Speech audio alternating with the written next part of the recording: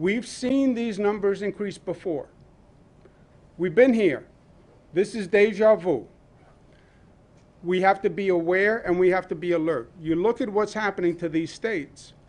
They reopen and then the number goes up, which is common sense on one level. The number came down because you closed everything down. When you reopen and you increase activity, don't be surprised when the infection rate goes up. Unless you were very smart and disciplined about the way you reopened. That is the whole difference here. But the states that are having trouble reopened, and everybody wanted to reopen fast. There were protests, there was reopen fast, everything is fine. I had one person on the street tell me, I can't see the virus. Can you see the virus? There is no virus. I mean, people had all sorts of theories. States that have reopened too quickly or uncontrolled are now starting to close down. So we are the exact opposite. Since we've reopened, the number has continued to go down. Believe it or not, we reopen, it continues to go down because we've been disciplined in our reopening. And that's what we have to continue to do. This is a website where the founders of Instagram now track the rate of transmission of states across the nation.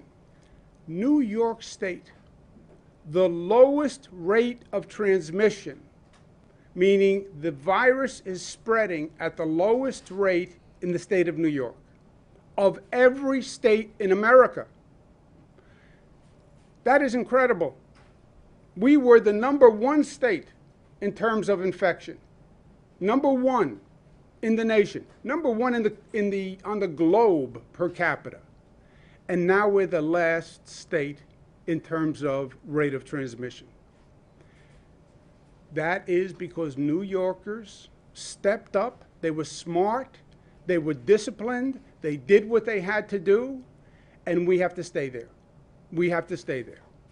Now is no time to forget what got us here.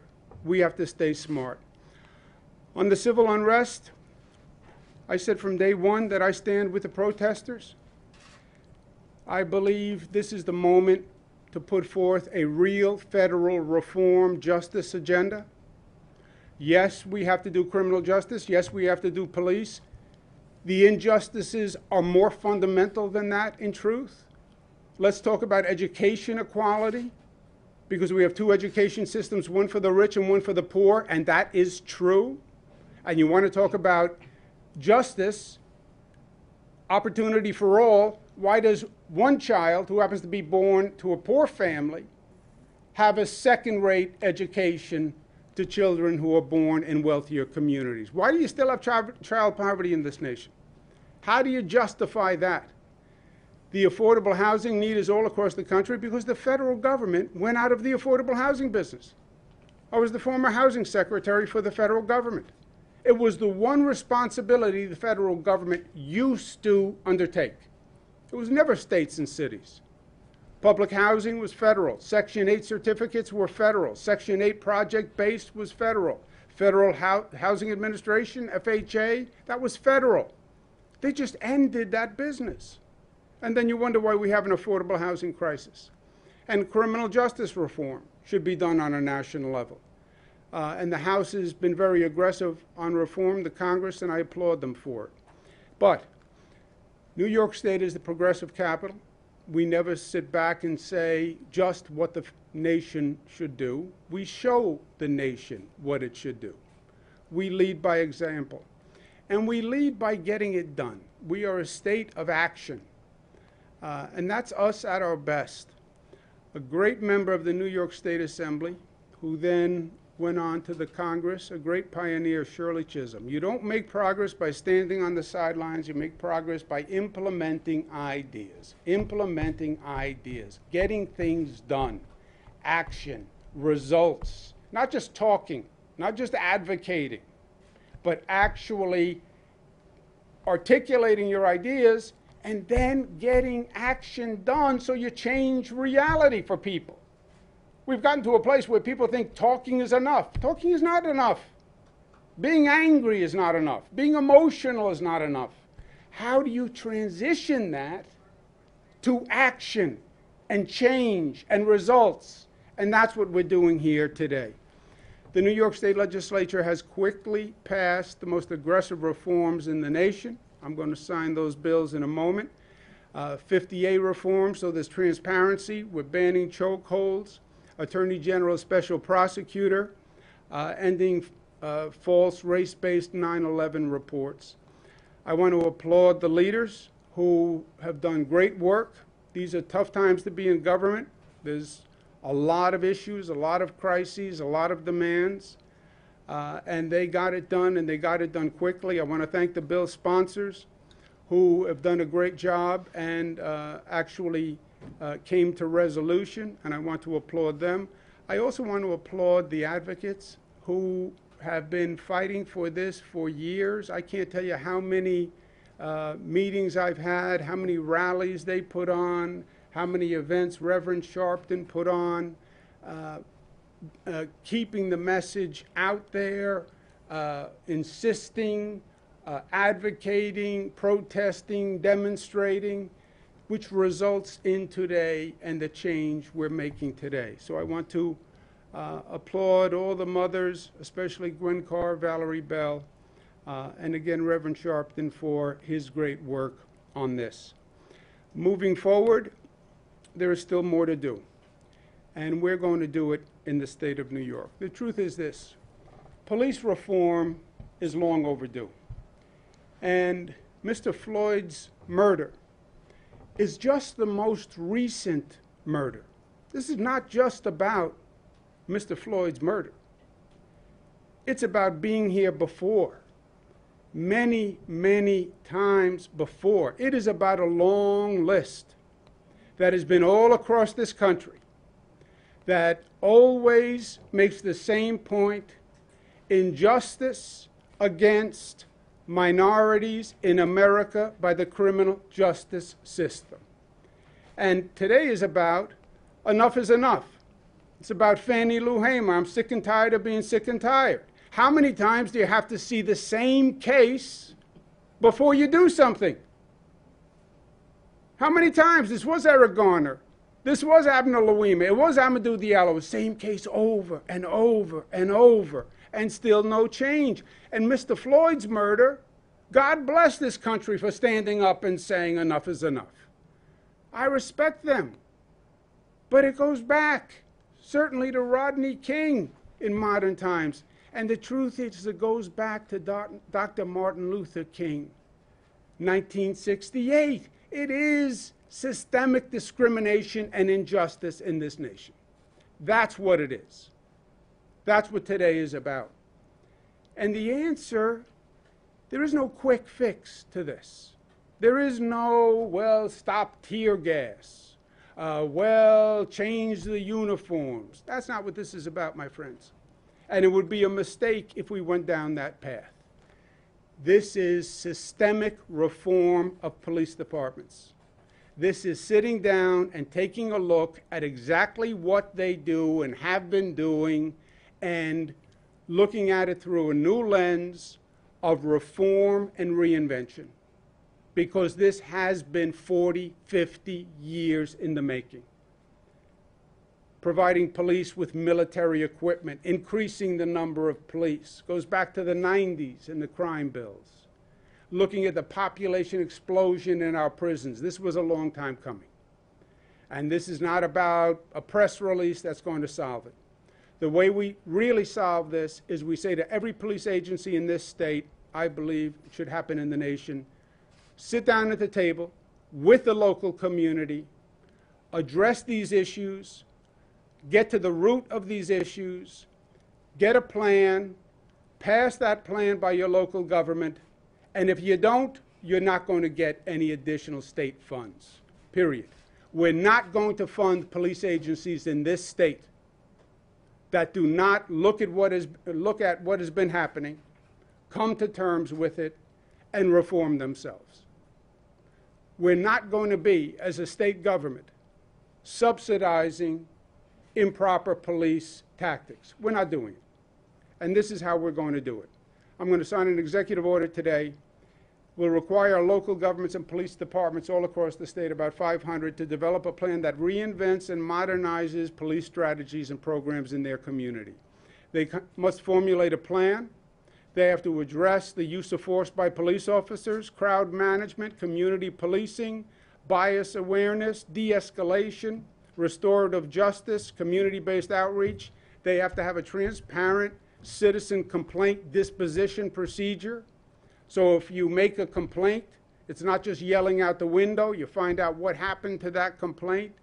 They should talk about appropriate equipment, what's not appropriate equipment, and any other issue that that community believes is relevant. That discussion has to happen with the community participants in the room.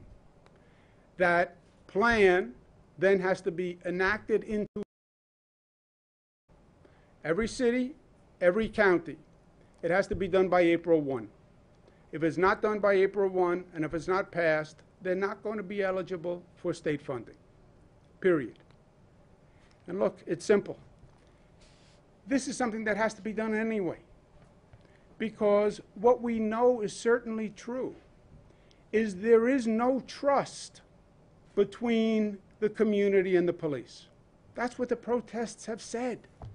There's no trust. And if there is no trust, the relationship doesn't work. If there's no trust, the police can't effectively police. If there's no trust, the community is not going to allow the police to police. And there is no trust, or there is a breach of the trust, and that has to be restored and repaired. And the only way to do it is to get in a room, get to the table, let everyone say their piece, and let's figure it out community by community all across this state. It will be statewide. No other state has done it, but New York State will lead the way because New York is New York tough, smart, united, disciplined, and loving. With that, let me turn it over to our great Senate leader. I thank Andrea Stewart-Cousins very much for her leadership. I know we've worked long and hard over this past week. We've been worked long and hard for a long time, but especially this past week, and it turned out great. Thank you very much. Thank you. Senate Leader.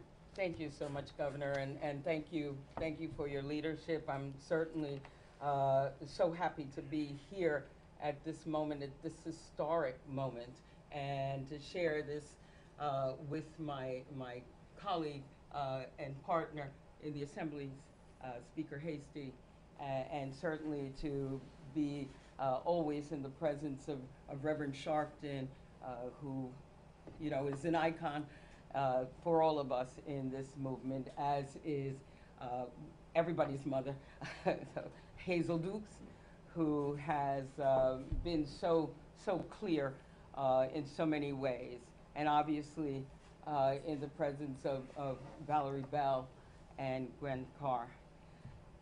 Thank you for being brave and strong. You know, we are at a moment of reckoning, there's no question about it. And I am just so thankful that I have a historic role at this moment. I have an opportunity of leading 40 Senate Democrats who unanimously decided this was the time. You know, many of my colleagues will sit and stand on the floor, and certainly colleagues who are younger, and they'll talk about the hip hop and give verses. For me, I remember in 1999 when Bruce Springsteen, you know, the working class hero, did 41 shots, American Skin. When that happened in 1999, I thought that was the moment where people outside of Black and brown communities were finally going to get the message that bad things were happening. And that refrain, you can get killed just for living in your American skin, I thought would ring a note. But it didn't. And that was right around Amadou Diallo. That's why he did that. And so here we are. After the horrific murder of George Floyd, we finally got it. But every parent, every mother who looks like me understood that scary notion with our kids, with our husbands, with our brothers. I got that call when my youngest son was only 18 years old. And he was, quote unquote, on the wrong side of the town. He was stopped, he was frisked. Next thing I know, after we're out of the police station, we're in the emergency room because he's had a fractured nose. Thank God I was able to bring him home. I ache for Gwen, Valerie. I understood that. And I want to be clear, you know, obviously every police officer is not a bad police officer. My brother Bobby was a police officer. He was a transit officer. He worked for New York City Transit. He went in there because he wanted to help his community. He spent about 6 years there. He was 24. He is a Marine, a Vietnam vet, went into the police department and came out within 6 years because he was convinced that the department, that the system was designed so that every young black man would have a record. He knew he was a good cop, he worked with the good cops, but he couldn't change that. And he knew the system couldn't change itself. And so here we are. We know this isn't a cure, as the governor said. We know that this is the beginning, but it's a move to bring justice to a system that has long been unjust. And again, I thank you for being a partner, for making sure that we take to heart this moment that has taken too long to come to. And I thank all of the people in the streets and the leadership of the families to make this happen. So thank you, Governor. Thank you. Thank you, Senator Leader. And you're exactly right. It's good to be part of the solution. And I'm proud of New York, and I'm proud of what we've done together. Speaker Carl Heastie, pleasure to be with you, my friend. Thank you, Governor. And let me first thank everyone here for being part of this historic moment. But it's a moment I wish that we've never had to deal with.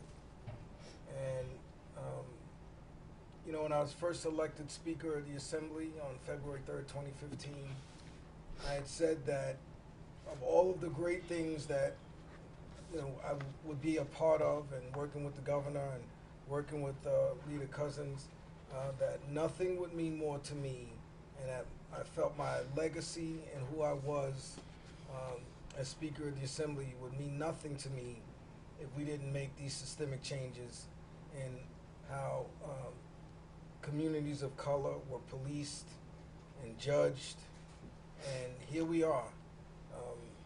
So I really want to thank the advocates. I know we have two of the mothers here, but I want to thank all of the mothers who are in here with us, and I want to point one out in particular, Constance Graham, who is the mother, Constance Malcolm, who is the mother of Ramali Graham, who is, you know, is a constituent of mine. I've gotten very close to her. I was there with her and her family throughout the entire time. And I was recently asked on an interview, you know, why now? Why did it happen now with George Floyd? As Leader Cousins said, we thought every time it happened when it was Amadou Diallo, it was time. When it happened with Anthony Baez, we thought it was time. When it happened with Eric Garner, we thought it was time. When it happened with Sean Bell, we thought it was time. When it happened with Ramali Graham, we thought it was time. But for some reason, I think what people viewed, I think it just touched a nerve on every person, because it wasn't just a people of color issue. It wasn't just the families. I think watching a man being suffocated by strangulation, you know, crying for his, you know, deceased mother, I think struck a nerve. And for us, even in the Assembly, I actually thought that the bill was going to be Democrat versus Republican. we have many, many Republicans voting for these bills because I think the entire world has just said enough is enough is enough is enough. How much more bloodshed had to happen for the consciousness and the heart of this nation to finally open up and say, we need to do better and we need to be better. And I think that moment has come, but it doesn't just end there. There's still many other issues of systemic injustice and systemic racism that people of color have to deal with, whether it's education, health disparities. And these are all things that we have to continue as government to be a part of. Government is supposed to be problem solvers. When society can't fix things, that's where government is supposed to come in and chart that course. And so this is just a very, it's an emotional day. But I was also asked in one of the interviews, how emotional was I when we actually passed the bills? I said I was actually more emotional when my house and Andrea's house agreed on the bills, because that's when we knew that we were going to be able to get it done. At that point, it was just a mechanical process of getting the bills passed. But when we agreed on a package of legislation that the governor has said that he is going to sign, that's when I was emotional, because growing up as a young black man, there's a lot of times that I had not so positive interactions with the police. I've had not so positive interactions with the police even as a Speaker of the Assembly. They didn't know I was a Speaker of the Assembly. I never mentioned anything. So when growing up, when you heard the stories of Anthony Baez and Sean Bell and Eric Garner, as a black man, I felt, that could be me. And I think that is the reason why this has really started to really hit at the hearts of people that, like I said, enough is enough is enough is enough. So I'm happy that we are here where we are today, but we still have so much more work to do. And again, my heart just goes out to all of the families, all of the mothers who had to suffer through this. And Constance Malcolm said to me that every time this happens, and I'm sure Ms. Carr and Ms. Bell will say, every time one of these stories happens, you happen with your son again. So we're hoping that what we've done will not have other families have to go through what these families have gone through. So I'm just happy that the Assembly was able to be a part of the solution. Thank you, Governor. Thank you. And also, but I just want to mention too, Reverend Sharpton, who was a leader on this, who was ridiculed for this. Sometimes it's difficult standing alone. But you know what, Rev, after 30-something years of you leading this, you are not alone. Leaders sometimes have to be alone. Jesus was alone. And so I just want to thank you for your leadership throughout all of these years. Well said. Thank you, Mr. Speaker. Gary, can you put up the list again on the list? The Speaker said, and the Senate leader, why now? What happened now? Why not 1999? That is the question. To me, I hear it, why did it take so long? But I think it wasn't just about Mr. Floyd's death. I think it was the cumulative impact. I think all the names on that list did not die in vain. I think it took that repeated articulation to get the country to this point. Reverend Sharpton, on every one of those situations, was out there making this point all over the country. All over the country. And finally, the country heard. But the reason we're here today, make no mistake, is because Reverend Sharpton and good people across this country were out there making the point every time, over and over and over again. So Eric Garner did not die in vain. Sean Bell did not die in vain. It took a number of lives, unfortunately. It took a number of injustices, unfortunately. But each one was a part in getting to today. And it was Reverend Sharpton standing up and making sure the people of this nation heard every time every injustice happened. And that Reverend, is a special ability, a special contribution. And you have been there year after year after year. And we all respect your effort. We thank you for what you've done. We thank you for your voice, which the nation has heard, this state has heard. And not only did we hear you, we're going to make a difference. And this state is going to make a difference. And I believe it's going to be a difference that's going to resonate all across the nation. Because what we're doing here, making every police agency come to the table with the community, that should be done in every police agency in this country. Together we'll make it happen. Reverend Sharpton.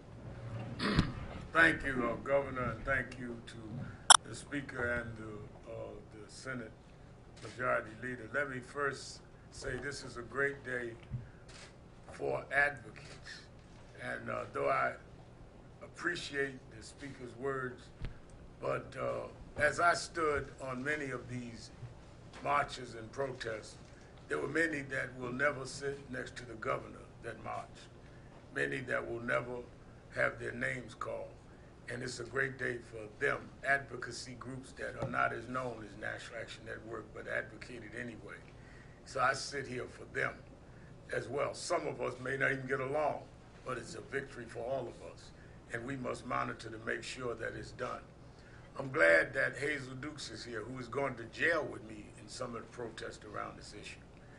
And I'm most glad for the mothers who, no matter what we do, will always have an empty seat at the family dinner table and the holidays. I talk to the mothers every holiday. I spoke at Ramali Graham's funeral. I did the eulogy. I did the eulogy at Gwen Carr's son's funeral, Eric Gardner. I spoke at Sean Bell's funeral, as I did this week at George Floyd's funeral. So I've gotten to know their pain. I don't just lead the protest, but I work with the families, and it is not an issue to them. And I'm glad that we see what we see. I joined the Civil Rights Movement as a teenager. I grew up a boy preacher in Brooklyn. When I was 13, I became part of Dr. King's branch here. We were told you start with demonstration to lead to legislation, then reconciliation. Without the legislation, the demonstration is just an exercise. We work out every morning, the governor and I. This is not exercise. It is to change things. And by signing these bills is bringing about the change. What made Dr. King's movement effective was there was a John Kennedy or Lyndon Johnson or Hubert Humphrey that legislated is doing today. And what this Assembly Speaker and this Majority Leader in the Senate is doing is legislating what we demonstrated about. We will monitor it and make sure that it is enforced, but we had nothing to enforce, which is why we had to keep going. These bills mean some substantive change so that we won't be sitting here going over this after the next funeral and after the next situation. Let me also say, though, about this governor, to give the executive order that he has given, let us be very clear. There's no governor in this country that has said what he said this morning. And he and I debate sometime, but he has, in many ways, done things that even I did not expect. To say that every mayor must come up with a plan along these areas, or they would withhold state money, is a model for where we ought to be dealing with 21st century civil rights in this country. Make no mistake, this is a new level that all other 49 governors ought to look at. Because to say that I want to see mayors deal with this and I want to see city councils deal with this is one thing. But to say we're going to hold funds means that he means it. I'm not surprised, because let me explain.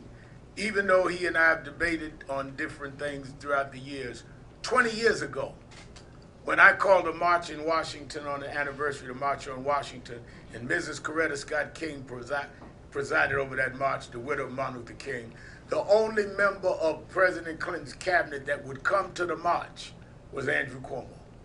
And he stood with me when I was much fatter and much more controversial. Don't laugh, Andrew, we're on television. So he has stood with us when it was not politically wise to stand with us.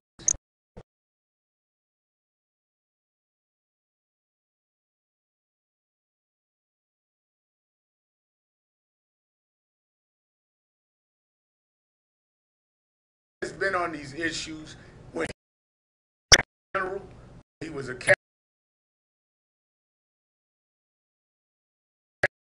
how we deal with policing executive order.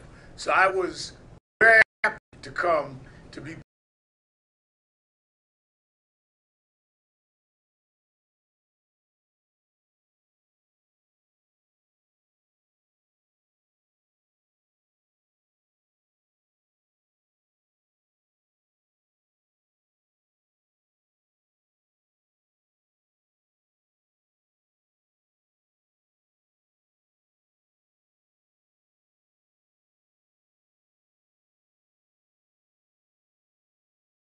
family and others that you really have seen a new day, and we've turned a new way in this country.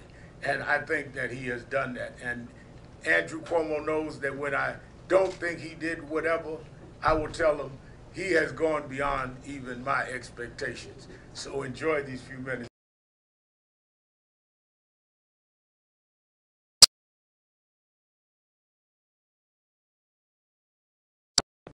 We do go back a long time, but I tell you, my friend, today is because of you and your activism and all those years, and finally the people of this nation heard. So God bless you. I'm going to sign the bill.